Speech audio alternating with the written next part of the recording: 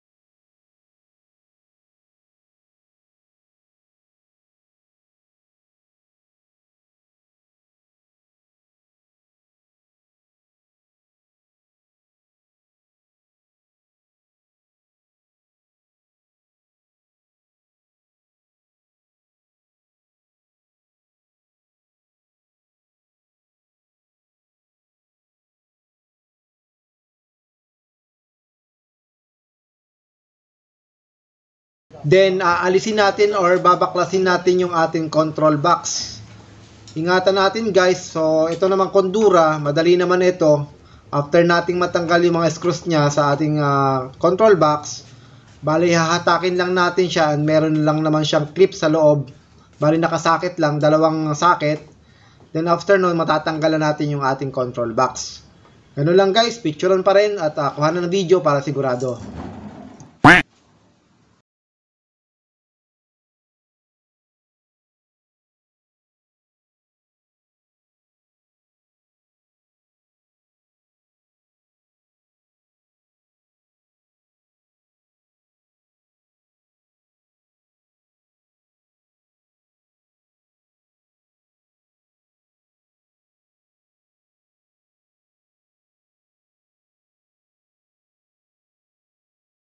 Then, ang next step natin, mga kapatid, mga master, mga lodi, ayan, tanggalin natin yung tornilyo sa top cover niya. 1, 2, 3, 4, 5, 6, 7, 8, mga siyam hanggang 10 na screw. Then, after nun, yan, masisilip natin loob, tanggalin natin yung ating blower, yung fan motor. So, okay na, malinis na natin na maayos at maluwag na maluwag.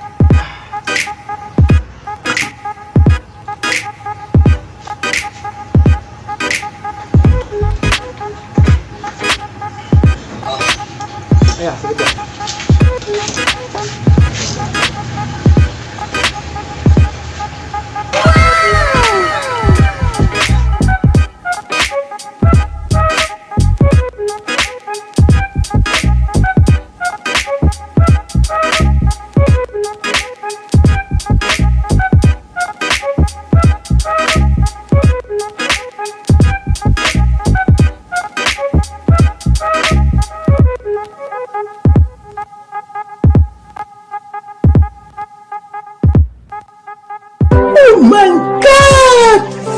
Wow!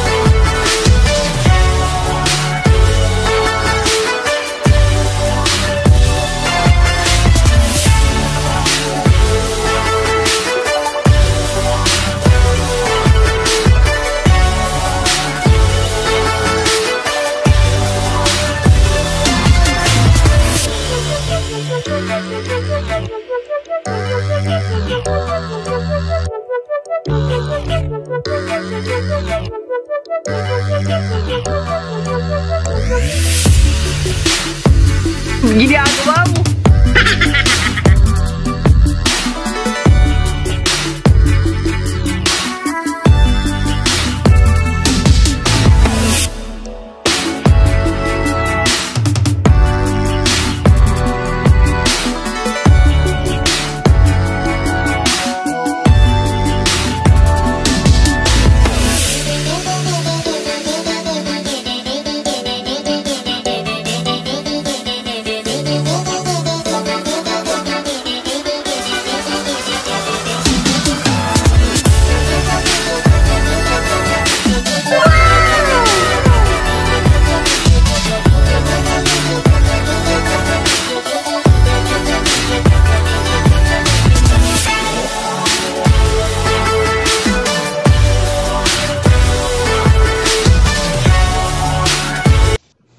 Okay, testing after cleaning, and sa mga napadaan lang sa aking channel, paki-subscribe naman po, pahit ang notification bell para updated kayo sa videos na aking gagawin.